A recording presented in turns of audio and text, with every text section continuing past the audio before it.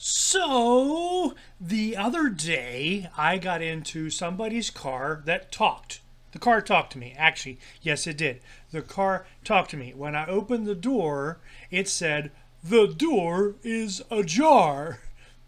Did you ever hear a car say that? Yeah, we've been in cars where it speaks to us, but this one was telling me that the door is ajar. And you know what I said immediately to that car that said the door is ajar? I said, "No, it's not. This is ajar. You're a door." Why would you say the door is ajar? We know the door's not ajar. Come on, really get with me. See, back there, wait, they're back there behind me, this side. There, that back there. That's the door. And here is ajar. So don't tell me that the door is ajar. They are two different things. No, those cars that tell us the door is ajar, it's actually using the word ajar, which is an English word which means neither open nor shut, but slightly open. Open just a crack. But it's one of those words that can sound funny and be somewhat confusing at the same time. The door is ajar. No, the door's not ajar. This is ajar. Then you so want to say that all the time. Back to it. So there are some other confusing phrases. There we got a new word, confrases. Phrases that are confusing. There are some other confrases. Some confusing phrases that we say, or words that we say that sound alike that have different meanings, and we go, "What? Can you see the sea? Do you see the sea?" Oh, sure. Or, "Can you hear that I'm here?"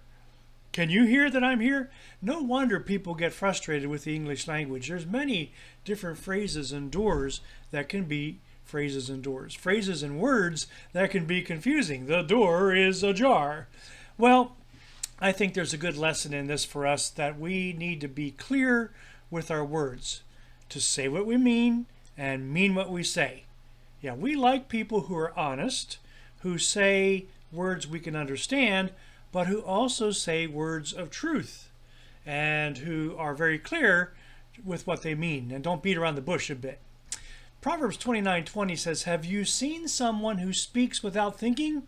Yeah, there is more hope for foolish people than for that person.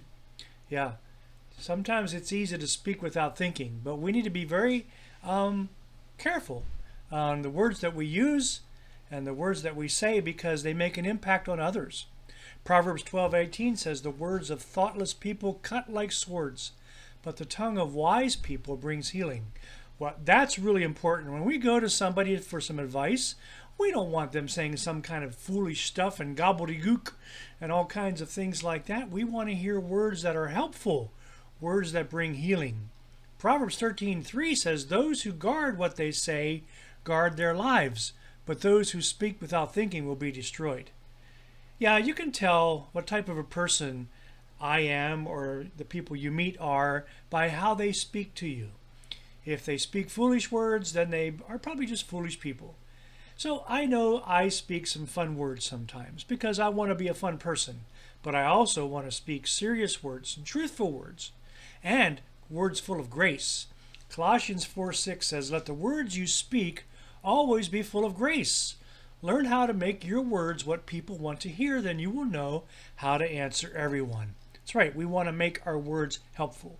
So the next time you hear your car or somebody else saying, "The door is ajar," or can you leave that door ajar, or "Can you leave that open a bit, ajar?" You'll know there's several meanings for the words that we use, and it can be confusing.